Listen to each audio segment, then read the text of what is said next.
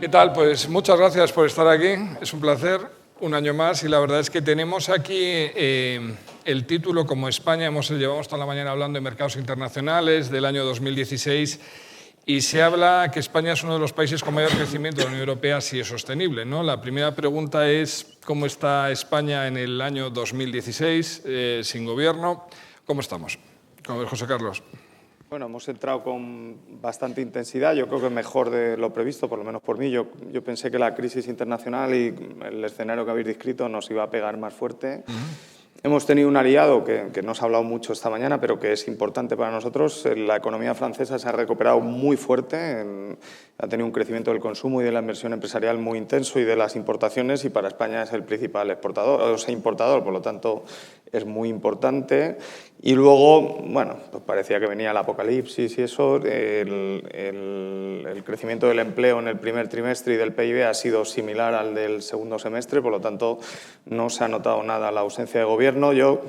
Es un poco provocador, pero nos había sobrado el gobierno el año pasado, ¿no? Porque si no hubiera hecho la política fiscal que hizo, no tendríamos ahora sanciones y tal, ¿no? Pero bueno, con gobierno, sin gobierno, este es un país que crece, con instituciones sólidas, una democracia consolidada y, o sea, gobierno hay, multas y eso nos ponen, ¿no? Sí. Lo que no hay es capacidad para sacar las leyes.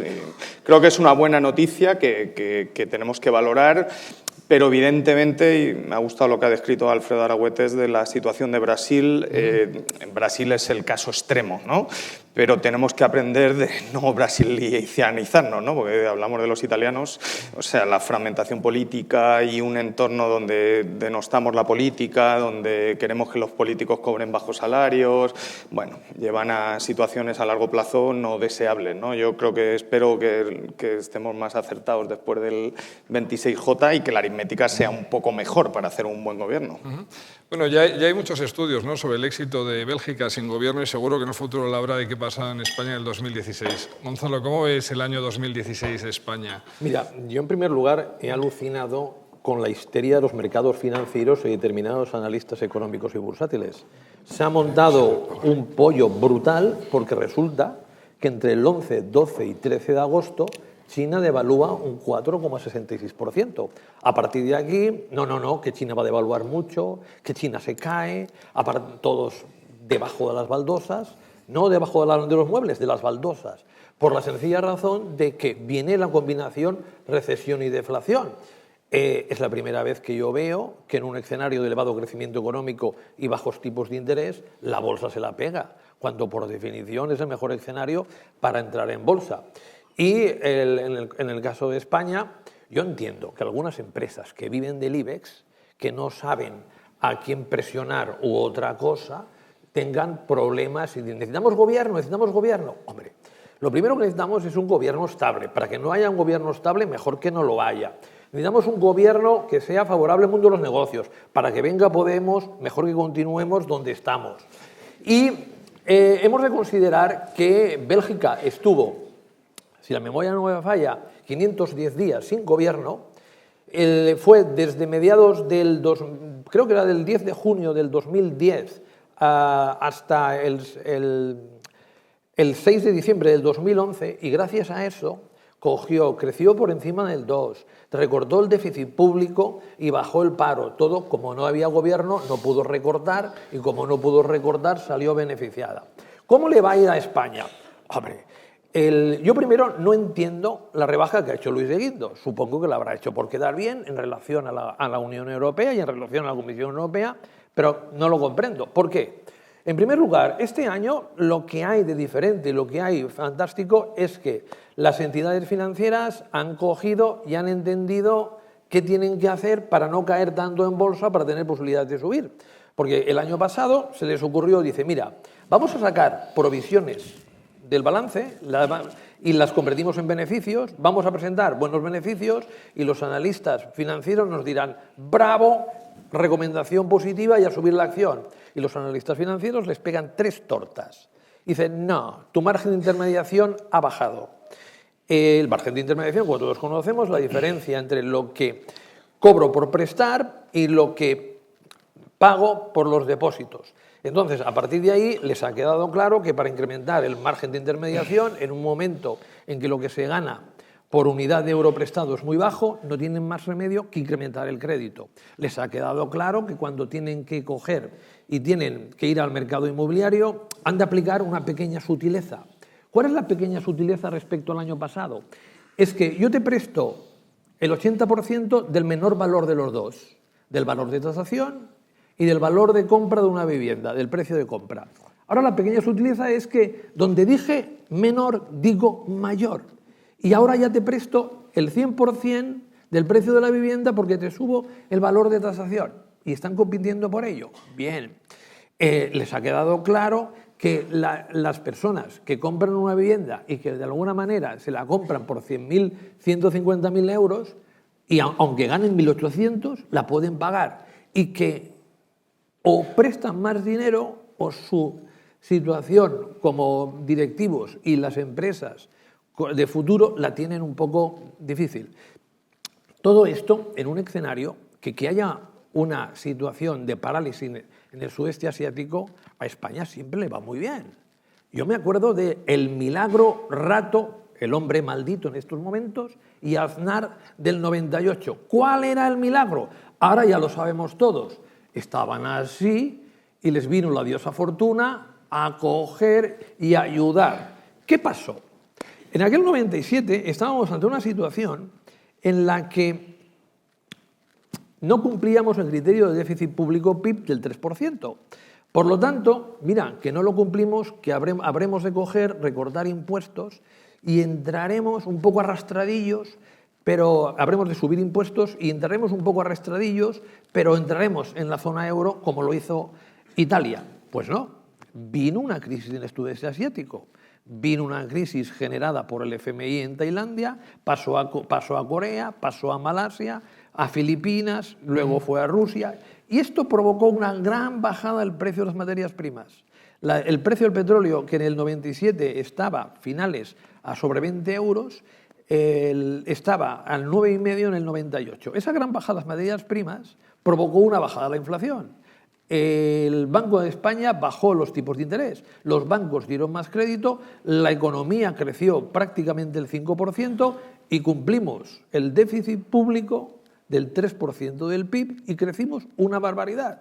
Entonces, eso se llamó, por parte del Financial Times, el milagro español. Fue un ataque de suerte bestial. ¿A nosotros qué nos afecta lo de China? Le exportamos el 1,66%. Es que le exportamos poquísimo. Es que lo único que nos afecta es el efecto contagio de lo que le puede pasar a Alemania. Pero siempre recuerden lo mismo. Cuanto peor le vaya a Alemania, mejor. A nosotros nos dio hasta la extenuación, porque ellos iban relativamente bien y se creyeron que estos países del sur de Europa podemos prescindir de ellos. Les vamos a dar una lección, porque el futuro está en el sudeste asiático, en Rusia y América Latina. Alemania sí que está en este escenario muy fastidiada, porque China es el cuarto mercado y exporta a China un 6,6%. Entonces, a partir de aquí, lo que nos viene es una situación no viento de cola, huracán. Ahora bien, aquí tenemos un Superman, Pablo Iglesias, que es capaz de pararlo todo. Muy bien, vamos. Hay una cosa, José Carlos, hablando que es interesante, ¿no? De la visión que tenemos de España en el año 2016. Por un lado, parece ser que ha sido una buena noticia que ya España no tiene déficit de cuenta corriente, pero seguimos teniendo un déficit comercial. Por otro lado, el tema es que es un país altamente endeudado a nivel de las finanzas públicas, ¿no? Se está diciendo que, estaba comentando Gonzalo, que los bancos tienen que prestar más, y este domingo teníamos en el periódico que 3 millones de españoles han salido de la clase media, ¿no? En los últimos 4 años. Es decir, si el consumo es lo que va a reactivar España. Insisto, al final, ¿cuáles son las principales indicadores que pueden impulsar a España? Porque, insisto, el consumo es alarmante. Estos 3 millones de personas que ya no son clase media, a nivel del gobierno, la capacidad de gasto que va a tener en el 2016 no parece que vaya a ser muy alta y seguirá tratando de llegar a ese 3%. ¿Dónde ves que están las vías para que España en el 2016-2017 crezca? Bueno, tenemos mal las finanzas públicas y las privadas, ¿no? Sí. Tenemos mal todas las finanzas. El gobierno, el Tesoro Público tiene que refinanciar todos los años unos 250.000 millones de euros, o sea, tienes que salir a los mercados a pedir prestado 250.000. Creo que las comunidades autónomas han bajado ya mucho, pero tienen también otros vencimientos de bonos, ponles otros 30.000 o 40.000, o sea, casi 300.000 en lo público. El sector bancario, que se les ha olvidado, pero vamos, que da igual, le debe 200.000 millones al BCE, pero que es irrelevante, o sea, 20 puntos del PIB tampoco es tanto, que hay que ir renovando, ¿no? Y en mercado, en financiación a corto plazo, debe haber unos 300.000. O sea, 500 y 300 son 800.000 millones de euros en financiación a corto plazo. Esos son 80 puntos de producto. La crisis asiática que ha dicho Gonzalo fue una gran crisis porque Tailandia tenía un 40% de financiación a corto plazo, ¿no? Entonces, aquí la única diferencia no es ni Pablo Iglesias ni Rajoy ni leches, es que estamos en el euro y el BCE te da contrapartida, ¿no? Y Draghi te está comprando 80.000 millones de deuda pública. No menosprecies a Pablo Iglesias. Bueno, pero que no... Ya veríamos cuando pero continuamos en el euro. seamos conscientes de lo que ha pasado desde el 2013 aquí, ¿no? Básicamente hay un cambio radical de la política del Banco Central Europeo y lo que era prohibido y un tabú porque estaba fuera de los tratados, que era comprar deuda pública, hoy no lo es. El Banco Central Europeo no es que esté monetizando el déficit está en torno a, bueno, el real, o sea, el declarado será peor, ¿no? Pero el déficit está en torno a 50-60.000 millones de euros, el BCE te está comprando 80.000. O sea que, ¿no? Si estuvieras en una economía un poco más alegre como la argentina o la venezolana, tendrías una hiperinflación, ¿no? Aquí, como estamos en una depresión y las rentas se usan, ¿no?, para devolver deudas y reducir la deuda, eso no tiene una conexión directa con la inflación, pero es lo que está pasando, ¿no? ¿Por qué va a crecer a España? Bueno, básicamente, si miramos lo que ha pasado el año pasado, ¿no? Yo creo que prácticamente la política del BCE ha podido meter prácticamente la mitad del crecimiento español, ¿no? O sea, la bajada de primas de riesgo, los clientes que han estado aquí han tenido bajadas fuertes de sus créditos y de sus costes de financiación, las hipotecas han bajado también los márgenes significativamente, eso ha ayudado a reactivar el crédito y luego, sobre todo, el euro, ¿no? El euro estaba a 1,40 y lo han bajado a 1,10, ¿no? Por lo tanto, eso ha metido un impulso. El otro impulso fuerte ha sido la bajada del precio del petróleo, que coincido con Gonzalo, para nosotros a corto plazo ha sido positivo porque te mete, ¿no?, con el mismo salario, ¿no? Como dice el del chiste, a mí me da igual lo que haga el petróleo, yo siempre le echo 40 euros al depósito, ¿no? Pero bueno, le echan más litros, ¿no? Entonces, más kilómetros, ¿no? Entonces, no, es que ha llegado Carmen a Madrid y hay atasco. ¿Qué coño atasco? Coño, que ha bajado la gasolina 1, ¿no? Y la gente saca el coche, joder, es que todos lo sabemos desde Alfred Marshall, ¿no? Principios de economía, ¿no? Baja el precio y aumenta la cantidad demandada. Entonces, eso ha tenido un impacto positivo sobre el consumo y luego hay un efecto Rajoy, pero potente, ¿no? El gobierno español, además fue divertido porque fuimos a Grecia a decirles que había que seguir el ejemplo español, que era la austeridad y las reformas y tal, ¿no? El señor Rajoy ha hecho la política que quería hacer Syriza y que no la han dejado. O sea, ha hecho un aumento del déficit estructural de 1,2. Eso es 8 décimas de crecimiento del empleo. Bueno, pues en torno a un 30 o un 40% del crecimiento del empleo lo ha hecho la política fiscal, ¿no? ¿Qué pasa? ¿Qué te has pasado, ¿no? Si no hubieras hecho nada, por eso digo que hubiera sido mejor no tener gobierno, total, para tenerle en campaña, ¿no? Y él tiene tiempo libre que le gusta, o sea, si a Mariano lo que le gusta es eso, ¿no? Disfrutar, ¿no?, del fútbol y tal, pues eso, le dejamos, ¿no? Si te hubieras ahorrado la política fiscal, el déficit público habría cerrado el año pasado cerca del 3%. Entonces, ni te sancionarían, habrías cerrado el déficit primario, habrías estabilizado la deuda bien, porque ahora mismo es artificial, porque te la está bajando artificialmente el Banco Central Europeo, y no habrías resuelto la crisis de deuda, porque, ¿no?, está ahí, los vencimientos están ahí, pero por lo menos habías taponado la herida, ¿no? Y la herida sigue creciendo, tenemos un déficit primario de más de 2 puntos y bueno, ¿no?, siento dar mala noticia, pero, ¿no?, el déficit está en la seguridad social. El señor Rajoy heredó la seguridad social un poco bien, estaba equilibrada, tenía un poco de dinero en la hucha con 70.000 millones, ¿no? Se ha pulido la hucha, que da igual porque la hucha está para eso, ¿no?, como dice el gobierno, y Maruenda, pues está bien, ¿no? O sea, nos pulimos la hucha, no pasa nada, pero ha dejado un agujero en la seguridad social y en el sistema público de pensiones de 20.000 millones de euros. y el agujero crece porque los gastos con las pensiones congeladas crecen 3 y los ingresos crecen 2. Entonces, cogeros un Excel, no hace falta ir a Harvard, ¿no? Ni a la London School, ni leche. Pones el Excel y proyectas y ya verás lo que te sale la Seguridad Social. Entonces, yo creo de verdad que tenemos que tomarnos en serio esto y empezar a hablar del largo plazo y no pensar de que viene el huracán y que no va a venir, ¿no? Porque si te meten una política fiscal contractiva, que seguramente será, pues este año que viene crecerán menos, ¿no? Evidentemente. Gonzalo, ¿cómo va a crecer España? Quiero decir, vía rebaja del gasto, más política fiscal, ¿qué vamos a hacer? Mira, siguiendo la tradición, aquí tenemos a José Carlos Díez, el pesimista, y a Gonzalo Bernardo, el optimista. Esto cambiamos la posición de hace 10 años. Yo he estado optimista, he dicho que vamos bien, ¿no? Bueno, pero ya has cogido y has dicho las 7 plagas de Egipto que pero volverán. No, excepto Pablo Iglesias, lo demás eran plagas. Pero en vez de Pablo Iglesias, dime qué te parece lo de la Seguridad Social y cómo lo corregimos. Ahora vamos. Vale, vamos a lo concreto. Empieza con los huracanes, ¿no? Voy a por ello. ¿Tú qué harías si fueras ministro de Empleo en la Seguridad Social? Un momento, Gonzalo. voy a por ello. Primero, primer día, llegas al ministerio. Primero, la primera variable cuando y dices, soy optimista. Oye, déjame. Déjale que estamos aquí. Soy optimista con la Seguridad Social. Solo tengo un boquete de 20.000 y creciendo. No. Vamos a hablar. No me queda hucha. Pero, hombre, José Carlos, deja al chico. Bien, esto funciona de la siguiente manera. Mira, aquí Yes, we can. la situación del país es sostenible o insostenible en el modelo económico actual. Vamos a coger y nos vamos a la balanza por cuenta corriente de capital. Y resulta que, a diferencia de con el magnífico Zapatero, que generaba, él llegó al poder y dice, mira, mi método es, vivimos por encima de las posibilidades, muy por encima, galácticamente por encima e increíblemente por encima. Y luego te dice, esta variable no sabía que existía. Pues aquí, a diferencia del 2006, que teníamos un déficit en la balanza por cuenta corriente de capital del 6,5, tenemos un superávit del 2,1. Es decir, tenemos un déficit público del 5, pero es que el sector privado ahorra el 7,1% del PIB. Oye, fantástico. ¿Ustedes creen que es un mal pagador, que le tiene que subir la prima de riesgo, que tiene que, de alguna manera, tener mucho miedo a no sé cuántas cosas? Aquel país que ahorra. Y oye, hemos ahorrado el 13, el 14 y el 15. Entonces, ¿es previsible que ahorremos el 16? Sí. Porque además, para mí, estamos delante de un nuevo paradigma.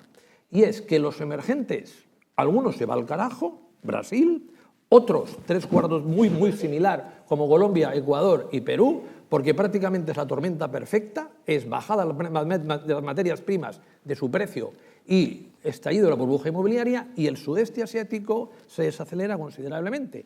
Esto provoca una bajada del precio de las materias primas que hace que el mundo cambie en parte. Los emergentes les va bastante peor, a los desarrollados les va bastante mejor, y nosotros somos una parte de los desarrollados y este es en gran parte el viento de cola. Pero concretamente, partidas del PIB en que nos va a ir mejor, va a ir bastante mejor en el gasto de las familias. ¿Por qué? Miren, el año pasado la remuneración real de los asalariados subió el 1%, 0,5 del salario menos 0,5 de la tasa de inflación. Este año se irá al 1,4. Se irá al 1,4 por la sencilla razón que, por ejemplo, en convenios se está pactando en estos momentos una subida del 1,1 y la tasa de inflación, miren, se estará en el menos 0,3, menos 0,4. Segundo, va a haber 400.000 puestos de trabajo creados más. El año pasado, gracias a esas políticas que se hicieron, se crearon 488.000 puestos de trabajo. Nada que ver con los 174.000 que se crearon en 2014. Y este año pues estaremos un poquito por encima de los 400.000. Por lo tanto, las familias, ya sea porque cobran más, ya sea porque tienen más empleo, van a coger y van a poder consumir más. Y si yo considero que la economía va a crecer al 3, considero que el consumo privado se puede ir al 3,2, 3,3. Segundo, tenemos una inversión en construcción que es bajísima. Bajísima porque ustedes pueden considerar que en el 2013 tocamos mínimo histórico, número de viviendas realizadas, mejor dicho, proyectadas, 33.000. El año pasado nos quedamos sobre 60.000 y este año vamos a subir como mínimo en un 50%. Y nos vamos a marchar sobre las 100.000. Bueno, esto es una subida importante. Luego, va a haber bastante subida en materia de rehabilitación y que respecto al año anterior vamos a tener un incremento importante de lo que es la inversión en construcción. Vamos a flojear un poquito en exportaciones, es decir, vamos a crecer menos. El gasto público, sobre todo en el último semestre, que será cuando haya los recortes, es posible que sea nulo o negativo, pero como aquí el gran soporte del PIB español es el consumo privado, el gasto de las familias, que es el 57% del PIB, allá estamos. Bien, vamos por los desequilibrios, ¿vale? Oye, tenemos un gran desequilibrio. La deuda pública de España ahora es el 99,2% y fue el año pasado, y fue en el 2014 el 99,3%. Bueno, hemos cogido y tenemos tendencia a la baja. Y muy importante, tenemos tendencia a la baja en un escenario en el que no hay inflación. Y al no haber inflación es más difícil bajar el ratio de deuda pública PIB. Por lo tanto, vamos por el buen camino. 2, es verdad, quizá por efecto electoral, las comunidades autónomas y el gobierno del Estado, uno rebajó demasiado los impuestos y el otro gastó demasiado. Pero vuelvo a indicar lo mismo. No se le puede poner a un país las mismas condiciones para rebajar el déficit público cuando estás en un escenario en el que hay deflación versus un escenario de inflación. Porque la recaudación del Estado... ¿Cómo va a haber deflación si acabas de decir que van a subir los salarios? Pero a ver, macho, si hay deflación, caen los salarios. Una cosa, perdón, señores, ¿no? ¿Qué hacemos con la seguridad social? Acabo y te contesto. Venga. Acabo y te contesto. Concreta. A partir de aquí, este escenario de la reducción de la deuda pública, vamos a reducirla progresivamente. Ya lo hicimos. Tuvimos una importante deuda pública PIB en el 94 y en el 2007 llegamos a las deudas públicas PIB menores de Europa. ¿Qué pasa con la seguridad social? Bueno, mire, con la seguridad social tenemos ahora un fondo de pensiones de 32.000 millones de euros, bastante menor que los 67.000 millones que teníamos en 2011, ¿de acuerdo? Y hay mucha gente que está alarmada porque las pensiones pueden llegar a bajar. No bajarán. ¿Por qué digo yo tan contundentemente que no bajarán? Porque nadie querrá tocar el caladero de votos, inmenso caladero de votos, que son las pensiones. Entonces, ¿qué probablemente se hará? Pero no en este país, sino en cualquier otro. ¿Y si estuvieras tú, qué harías? Espera, sino en cualquier otro. Pues poner un nuevo impuesto. Por ejemplo, un nuevo impuesto que prácticamente te pueda hacer una recaudación, que el déficit de la seguridad social, 13.500 millones, es coger y poner un nuevo impuesto a las segundas viviendas o algún impuesto medioambiental, con eso ya cubres. Pero esos 13.500 millones... kilos. Espera, estás ansioso. Pero, tío... Tranquilo. Joder, macho, que te pareces a Podemos ya, coño, es que multiplica los panes... ¿De dónde sacas 13.000 kilos? Un impuesto medioambiental. 13.000 kilos, ¿eh? Sí, vale. sí, lo sacas ¿Con qué? cogiendo y poniendo, doblando el impuesto del IBI en las segundas viviendas. Ya está. Es así. Oye, tú no te lo habrás estudiado, pero yo me lo he estudiado. Vale. 13.000 kilos. 13.000 kilos. Pero además, un aspecto importante es que para incrementar el empleo, el gobierno, y yo creo que lo ha hecho bien en este caso, ha puesto tarifas planas, es decir, menores cuotas a la seguridad social, tanto para la conversión de empleos temporales e indefinidos como para generar un mayor número de autónomos. Claro, es previsible que en los próximos tiempos, cuando los salarios suban más y los salarios te suben más, cuando en lugar de tener una deflación del 0,5 tienes una inflación del 2, porque si tú tienes una deflación del 0,5 y ganas un 1% por el adquisitivo, los salarios solo suben el 0,5. Si tienes una inflación del 2 y tienes una subida salarial en términos de poder adquisitivo del 1, los salarios suben el 3 y por lo tanto la recaudación es mayor, entonces en ese escenario la seguridad social, el déficit se contraerá. Y aquí la pregunta que nos hacemos es, ¿esto significa que el país paga muchos impuestos? Oiga, no. En la zona euro, el porcentaje de ingresos públicos en relación al PIB es el 46%. Esa es la media. En España, el 37,8%. Por lo tanto, aquí tenemos margen para subir algunos impuestos, sobre todo a un objetivo que prácticamente cualquier político y cualquier ciudadano estará de acuerdo, es tener una pensión asegurada en el futuro. Por lo tanto, los desequilibrios, los grandes problemas, los grandes nubarrones que con Zapatero no veía José Carlos Díez, yo en la actualidad no los veo por ninguna parte. Vamos, pasamos.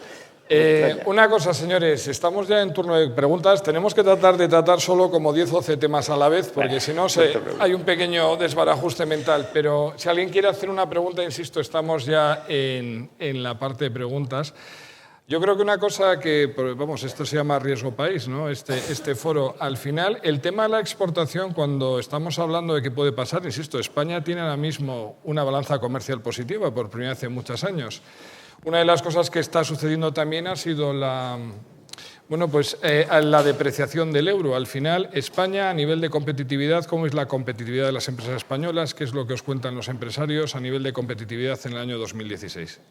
Bueno, primero un matiz, ¿no? Sí, Siendo Zapatero presidente, este que está aquí, ganó el panel de Funcas Previsiones de la Economía Española en 2008, porque fue el primero en anticipar la recesión, y ganó el panel de previsiones de Bloomberg Europa. O sea, el servicio de estudios... pero bueno, oye, ya que... El servicio de estudios que tuvo mayor acierto en sus contribuciones al panel de Bloomberg, que es una pequeña agencia internacional de toda Europa, fue Intermoney, ¿no? Pero bueno, dicho esto, yo soy el optimista, Gonzalo. Entonces, en mi libro de 2013 que presenté aquí, sigue la publicidad. Dije, escucha un momentito, dije que si se hacía una buena política monetaria, si se hacía una buena política fiscal, si nos daban más tiempo para alargar el ajuste y hacerlo más suave, este país tenía alto potencial de crecimiento, porque lo ha tenido desde 1959. Es una evidencia empírica, o sea, no es que lo cuente yo. Ahora, en 2009 solo lo contaba yo. Porque yo iba por todos los países del mundo y nos decían, no sois competitivos. Y yo decía, coño, pues si crecen las exportaciones un 40%, ¿no? O sea, estábamos ganando cuota española internacional. En 2010 las exportaciones crecían un 20% y no éramos competitivos. Ahora crecen un 2% y somos ultra competitivos. Pues está muy bien. Yo me alegro porque también digo que somos competitivos. Ahora, dicho esto, ¿no? ¿Cómo estamos de competitividad? Estamos mejor de lo que pensábamos. Esto no ha sido una crisis de competitividad, ha sido una crisis de teníamos el euro caro, no había crédito, teníamos los tipos de interés caros y teníamos una política fiscal, como ha dicho el ministro de Exteriores, que nos pasamos 4 pueblos, él y su jefe. El Fondo Monetario recomendaba un ajuste estructural de 1 punto de PIB anual en el año 2009. Rajoy metió, forzado por la Troika, un ajuste en el año 2012 de 4 puntos porcentuales. O sea, es como si vas al médico con un problemita y te duele un poco la cabeza y se pasa con la dosis de cianuro y te mata. Pues evidentemente, ¿no? Te pasas de la medicación. Entonces, me alegro que hasta el gobierno reconoce que se equivocó, Gonzalo dice que no, pero bueno, fue un disparate absoluto, ¿no? Ahora, ¿cómo estamos de competitividad? Y yo creo que el debate que tenemos que abrir no va a pasar en la campaña porque están todos como Gonzalo, no pasa nada, tranquilos, o sea, no pasa nada con las pensiones y tal, pero las pensiones las pagamos con deuda pública que va a pagar mis niños, y es estructural, no es cíclica. Si tú proyectas a largo plazo con términos estructurales que hace la Comisión Europea, el déficit sigue aumentando. De hecho, el señor Rajoy ha puesto en su programa de estabilidad que en el año 2020 habrá un recorte significativo del peso de las pensiones en el PIB porque las pensiones van a seguir congeladas y apuestan como Gonzalo que van a subir los salarios y la inflación, ¿no? Que yo me alegraría, pero que vamos a verlo, ¿no? ¿Qué nos pasa en competitividad? Pues según los datos del Ministerio de Economía en el informe que presenta mensualmente de exportaciones y el total de empresas, bueno, voy a empezar primero con el informe del Ministerio de Empleo, que Gonzalo no quiere asumir, presentan un informe de afiliaciones mensual. En España solo hay 15.000 empresas con más de 50 trabajadores. 15.000. Y en el informe de exportaciones hay más o menos esas 15.000 que son las que exportan habitualmente, ¿no? Y que explican el 99% de nuestras exportaciones. Entonces, ¿qué tiene que hacer España? En vez de tener 15.000 de 50, tener 100.000, ¿no? ¿Cómo se hace eso? Pues tiene un componente de política pública, ¿no? Por ejemplo, lo que hizo Zapatero en el año 2004, que coincidirás, ¿no? Que es multiplicar por 3 el gasto en innovación en I+D, crear un network de investigadores, multiplicar el número de papers de investigaciones científicas internacionales por encima de nuestra cuota de PIB mundial, ¿no? Zapatero tiene que hacer vudú, porque realmente es ponerle como un valor, ostras tú, hay que tener moral, pero si tenemos que Ni elegir- los propios No, zapateristas pero vamos, lo reconocen, claro, Eres pero más zapatero que zapaterista, Pero si me da igual, yo si tengo que votar a alguien para ser presidente, prefiero 1000 veces a Zapatero que a ti. Claro, si no vas a hacer nada en las pensiones, coño, Con que venga con otro, ¿no? Zapatero ya hemos Pero visto qué ha pasado. Vale, me da Con igual, algo sería es que me da igual incógnita. Zapatero, si yo, pero en política de innovación se pueden hacer cosas, ¿no? Rajoy ha recortado el gasto en I+D hasta niveles de 2004, se está desmantelando el network investigador, porque si bajas salarios y malas condiciones en las universidades, los buenos se van, como en el fútbol, ¿no? Cuando le bajas el salario a Messi, se va, ¿no? Pues los buenos investigadores se han ido de España, ¿no? Y se queda la gente que le Señores, gusta vivir aquí. perdona, y dos, Por alusiones. Que tienes si que no- hacer, perdona. no, pero fíjate que tienes que hacer una reflexión. España necesita una reforma empresarial hacia adentro, ¿no?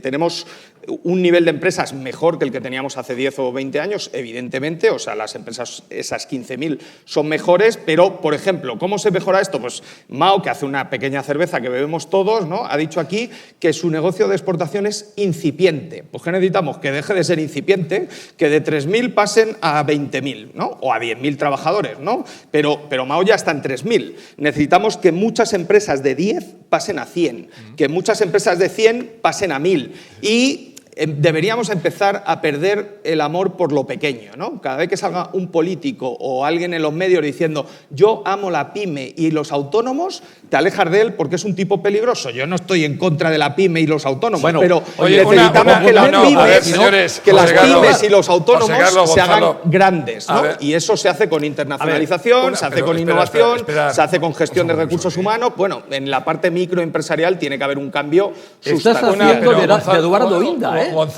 Gonzalo, dime. una cosilla, ¿no? Vamos a tratar de concretar. El que odia A a ver, Zapatero José sí, Carlos, no, Gonzalo, tú. una cosilla. Vamos a tratar dos cosas. Una de intervenciones de 1 minuto y medio, si puede ser, y vamos a tratar de concretar para dar contestación a todos los asistentes, que Yo, para eso han muy venido. rápido, Pero corto, muy rápido, please, tell me. la mitad de lo que ha hecho él. Vale. Miren, esto va de la siguiente manera. ¿Cómo exportamos? Nosotros fabricamos muy bien. Lo que pasa es que no sabemos vender. Esto del marketing no lo llevamos bien.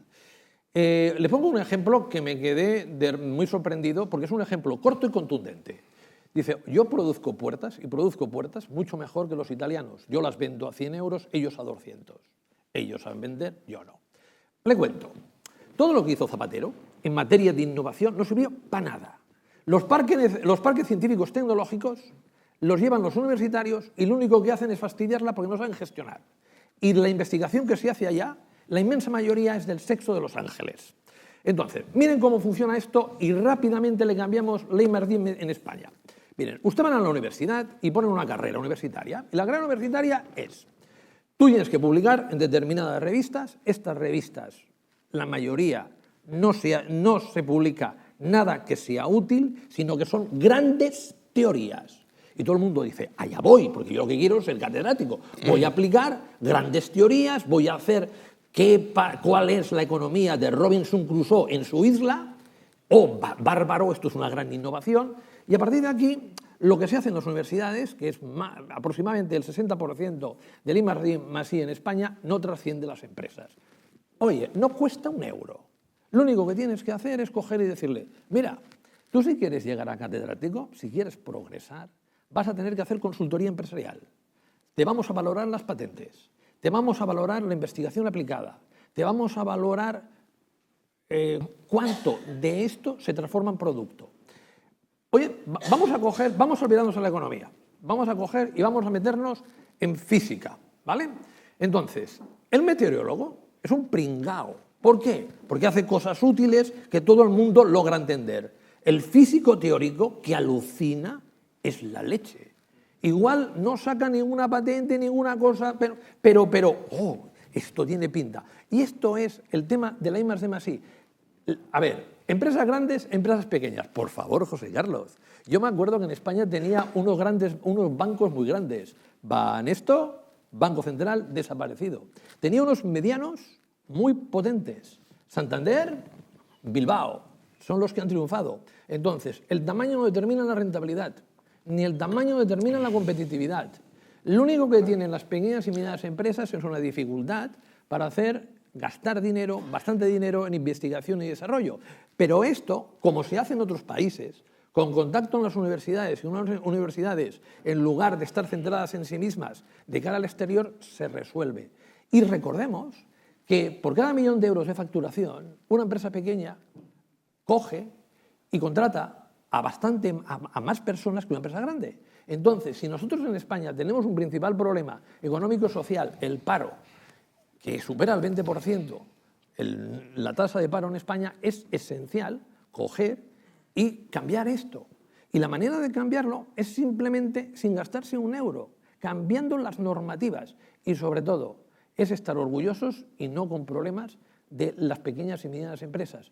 Porque ahí esto que el gobierno ha dicho tanto y que tan mal le ha salido, que es que hay que aprender, pues bueno, es potenciar las pequeñas y medianas empresas, que no solo en España, sino en el mundo, son lo principal. El número, según la Comisión Europea y el Banco de España, el número de patentes registradas por cada 1.000 habitantes en España pasó del 10% del promedio europeo en 2004 al 40% del promedio europeo en el año 2011. Y según este señor, dice que no sirvió para nada, ¿no? Multiplicamos por 4 nuestro peso en patentes internacionales. ¿Que eso es insuficiente y que seguimos un 60%? Evidentemente, pero verás cuando salgan los datos del 2015. Un tramposo. A decir que el número de patentes es gracias a Zapatero. Pero que no lo ha dicho Gonzalo, no lo ha dicho. Bueno, Vamos. Cuando eres una empresa, ganas barbaridad de dinero, le puedes destinar mucho más a investigación y desarrollo. Vamos a tratar de concretar, Segundo, según la encuesta de costes salariales del Instituto Nacional de Estadística, las empresas de menos de 50 trabajadores pagan un salario medio la mitad. La mitad. Entonces, si tú creas empleo en las empresas de menos de 50 a salarios a la mitad, no hay dinero para pagar pensiones. Es muy duro. Entonces, o empezamos, lo voy a poner más sencillo, o empezamos a crear empleo en las empresas donde están los salarios altos, porque las empresas pequeñas y medianas están, la inmensa mayoría, en sectores que tienen que ver con el turismo, que tienen que ver con una cosilla, señores, perdonad, una cosilla, perdonad, estábamos hablando que me ha parecido, Gonzalo, un segundo, please, que me ha parecido muy interesante, que hay que adaptarse, que hay que ser más realista, menos teórico, cuando decías la universidad. Vamos a tratar de ser más realistas porque nos hemos comido todo el tiempo y tenemos que acabar con algo concreto, no puede ser simplemente un totum revolutum. Así que, dicho esto, para el año 2016 la mayor incertidumbre que hay en este país es precisamente los resultados electorales, ¿no? Al final, ¿qué es lo que va a pasar? Que parece que no va a cambiar mucho de lo que ya ha salido. ¿Cómo veis vosotros el tema de posibles pactos electorales? Lo preguntan 2 de los asistentes aquí, y el impacto en la economía real. Está bendecido esto. Esto es un pacto PP con Ciudadanos, en el cual Ciudadanos exigirá que Mariano Rajoy no continúe y, si es necesario, el PSOE se abstendrá. Ya lo tienes. Bueno, pero si tienen la mayoría suficiente, si no volveremos otra vez. No, pero quiero decir, creo que demoscópicamente, excepto gran sorpresa, va a haber bastante menos personas que votan. Al votar bastante menos personas, las formaciones que tienen un voto más seguro van a salir reforzadas al alza y previsiblemente, pues oye, excepto gran sorpresa, te puedes encontrar con que el PP se va a 130, aunque continúe con 40 Ciudadanos, más o menos ya suman, y el Pablo Iglesias con la confluencia, pues seguramente parará el golpe, porque si no, muy probablemente el hecho de que haya menos votos le hubiera dejado bastante tocado. Carlos, ¿cómo es el resultado postelectoral? Pues según la encuesta postelectoral que hace el CIS, ¿no?, que después de las elecciones te pregunta a quién has votado, cómo votaste, 1 de cada 3 votantes decidió el voto el mismo día, 20 de diciembre. Entonces, bueno, me alegro que él tenga esta certidumbre. Yo no tengo ni idea de lo que va a pasar. Yo creo que estamos ante el escenario más incierto de la historia desde 1977. O sea, el de 77 fue más incierto que este porque veníamos de la dictadura, ¿no? Me acuerdo que me contaron que Carrillo, que llenaba los mítines y eso, ¿no?, y esa noche el PSOE le pasó por delante y con sus amigos allí en el entorno íntimo y dijo, joder, y parecía que nos iban a votar, ¿no? Pues vamos a ver qué pasa el 26, ¿no? Yo creo que no está tan claro el escenario de gobernabilidad, ¿eh? Yo creo que la gente está muy confiada, veo al PP demasiado confiado como antes del 20 de diciembre. Yo no digo que no vaya a pasar, o sea, parece que lo que ha dicho Gonzalo hoy es lo más probable, pero quedan 2 meses, ¿eh? Yo esperaría, si me preguntas el 27 te lo digo, ¿no? Muy bien. Una cosilla por acabar, con la cantidad de empresas que hay aquí delante, más que el tema sobre qué puede hacer un empresario sobre la deuda, sobre la seguridad social, ¿qué sugerencias se podría hacer, lo mismo que he hecho en el panel anterior, a un empresario para el año 2016 para mantener el crecimiento o para crecer más en el mercado español? Bueno, lo que debería hacer es invertir. Primero, la tesorería de las empresas está bastante mejor de lo que estaba y esto se ve claramente cuando el sector privado ha ahorrado un 7,1% del PIB y una parte significativa de este ahorro corresponde a las empresas. En segundo lugar, el cambio de paradigma en la economía internacional y la competitividad ganada por las empresas españolas en la etapa de crisis, con la maldita pero a la vez beneficiosa para las empresas de evaluación interna, provoca que tengamos una capacidad en los próximos tiempos de coger y prácticamente tener 5 años de intenso crecimiento económico. Entendiendo como intenso crecimiento económico un poco por encima del 3, un poco por debajo del 3. A partir de aquí es un buen momento para que las empresas hagan un plan estratégico de los próximos 5 años, se planteen dónde quieren coger y tener una mayor cuota de mercado o una posición de liderazgo y para esto es esencial invertir. Vamos a ver en los próximos tiempos como una dificultad de que la inflación suba significativamente, por lo tanto, esa dificultad de que suba significativamente significa tipos de interés francamente bajos y, en segundo lugar, en este momento lo que observamos es que las entidades financieras están prefiriendo, incluso popularizando mucho más, los tipos de interés fijos que los variables, porque a corto plazo les dan más margen los fijos. Entonces, un tipo de interés fijo que puede estar rondando el 2%, es un tipo de interés maravilloso por la sencilla razón que muy probablemente lo que pagarán de tipo de interés real, es decir, la diferencia con la inflación, de aquí a 3 o 4 años será muy poco y financiarse cuasi gratis para una empresa es una oportunidad magnífica. Sé que las últimas salidas a bolsa no han ido muy bien, pero el mercado alternativo bursátil para las pymes es un buen mercado en el cual pueden visibilizar cuál es el valor de la empresa e incluso incorporar nuevos socios. Entonces, yo, sobre todo en el plan de las empresas, les diría que el 2015 ha sido un año de cambio bestial, porque se podía pensar que la salida de la crisis en España era vuelo gallinacio y hemos salido como un avión, en gran parte derivado de la suerte internacional, de la fortuna.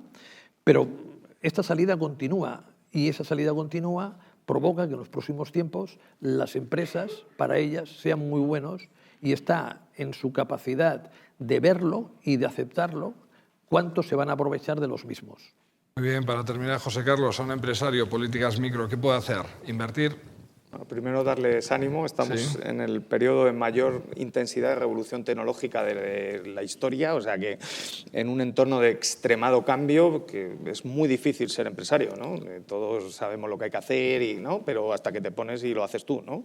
Y yo animarles, yo creo que ellos vamos a depender de ellos, ¿no? Si ellos aciertan en la estrategia empresarial, subiremos el empleo de mejor calidad y mejores salarios y pagaremos pensiones. Si no aciertan, pues nos va a ir un poco mal, ¿no? Entonces yo confiar en ellos. Segundo, yo haría una gran apuesta decidida por la marca, ¿eh? Yo creo que vamos a un mundo muy complejo, donde la tecnología va a tener un impacto mucho mayor del que nos pensamos. O sea, estamos asustados ya y estamos viendo el iceberg y solo la punta de lo que llega, ¿no? Entonces, por ejemplo, un país que va más adelantado que nosotros en ciclo tecnológico como Corea del Sur, al que yo sigo bastante, lleva más o menos 2 o 3 años de adelanto. El 20% de las ventas minoristas en Corea ya se hacen online y son digitales, ¿eh? Entonces, si tú has hecho una estrategia de irte al low cost porque venía la crisis, porque el empobrecimiento de las familias es lógico, ¿no? Te vas a productos más baratos, te proteges, ¿no? Y ahora, por ejemplo, en hoteles, ¿no? Te viene un Airbnb, ¿no? Y te revienta el mercado. Todos los hoteles de low cost de Madrid están quebrados, ¿no? O la mayoría, ¿eh? Porque no puedes competir con Airbnb. directamente.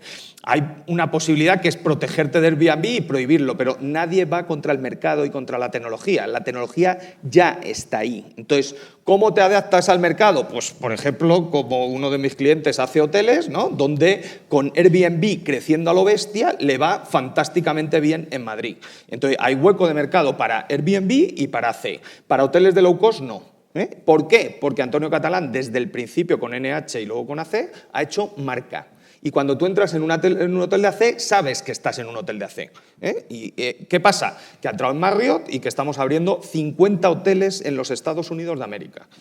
Y estamos en 3.000 trabajadores también y queremos ir a 10.000. Pero esa es la ambición de un empresario, que es él, y bueno, y su entorno estratégico, ¿no? Entonces, he puesto un sector, pero va a pasar en todos.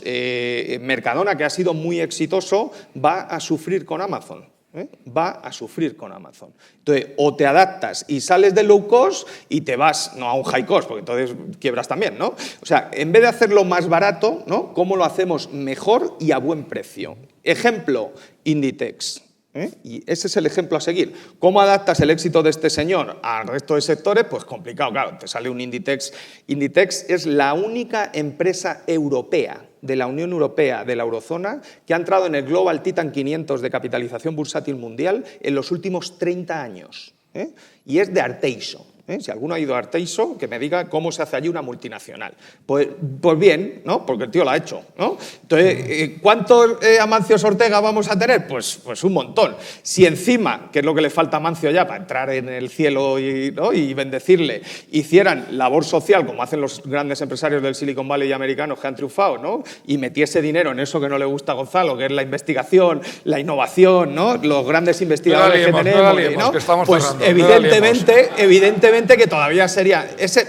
Yo creo, pero de verdad, hacer marca y diferenciación, porque en este mundo al que vamos, los que no tengan marca y vayan al low cost y al margen bajo, lo van a pasar muy mal, y el país tiene que irse. Ahora, me voy a poner muy optimista.